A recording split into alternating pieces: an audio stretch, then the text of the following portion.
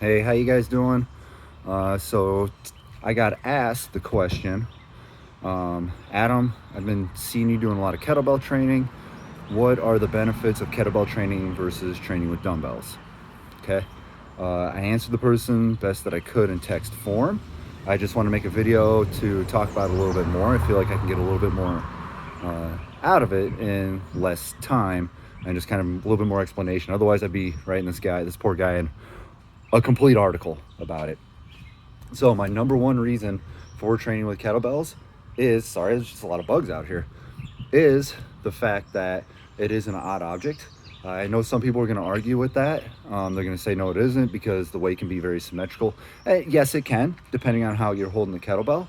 But otherwise, typically when we hold it correctly, which is going to be the edge of the horn, right? That little groove part is going to be inside of your thumb pocket, and then it's just going to come laterally across your hand. So here on my thumb, and it's coming down to my palm. I'm going to grip it, and I'm going to hold it into my chest. The weight is actually on the outside of my body rather than being here right in the middle, right? Depending on exercises and all that stuff, that's going to depend right there. So right here, automatically, because I'm holding that odd object, I'm making more muscles fire in my body. My shoulders are firing more, my abs are firing more, glutes, legs, all that stuff. I'm going to be firing more muscles, right? Another big reason is because of the exercises themselves, right? So kettlebells, one of the first exercises you're going to learn, at least when I was learning how to use them, when I was coached on them, was I was taught the deadlift first, then I was taught the squat, and then I was taught the kettlebell swing. Okay, your kettlebell swing is going to basically lead into any other movement that you're going to do with your kettlebells. And the kettlebell swing is a beautiful movement because it is a hip hinge and an explosive movement at the same time, right? And kettlebell exercises, the kettlebell is actually a conditioning tool, strength conditioning tool. You can get stronger, you can build muscle with it. However, it is a conditioning tool, so it's meant to do for reps. Once you get good with those reps, you move up to a higher weight.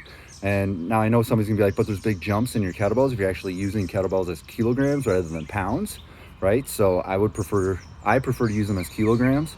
I think that's really the only way you should be using kettlebells personally, and there's big jumps. I don't know enough about them to try and explain that to you, but if you look up a guy named Pavel on YouTube, he has a really good explanation of it in one of his videos. And then the last reason why you guys have probably been seeing me using them a lot, or that I do use them a lot, is it's beautiful outside, it's good weather. This is the time of year that I don't train in the gym as much. I train more at home, and this is the equipment that I have available to me. So I'm going to use those kettlebells even more. And that is not something that I want to change. It's not like I want to go out and buy a set of dumbbells. I want to stick with those kettlebells. All right, I really enjoy working with those odd objects when I'm here at home. I'm a obstacle course racer, and you do a lot of odd object type stuff when you're running on those races. So for me, if I'm training with those odd objects, it's going to be so much more beneficial for me when it comes to finally being able to do some races.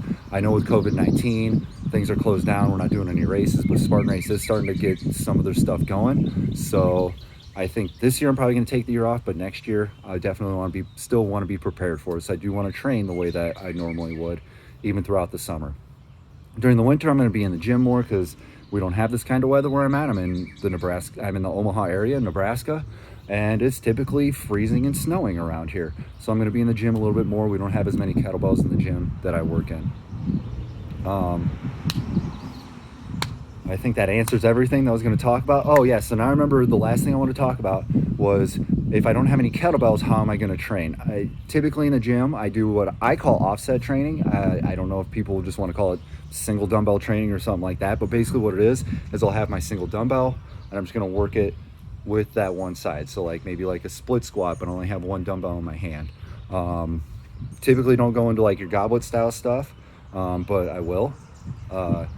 And I like that because it is pulling you forward a little bit when you're using your goblet, when you're doing like your goblet or holding the front. I try to avoid things like a dumbbell in each hand, a plate in each hand, barbell, stuff like that, unless I'm just strictly wanting to work on pure strength. All right, you guys, thank you for your time. I hope this answers your question, and I'm more than positive it does. And I really hope you find this video for it.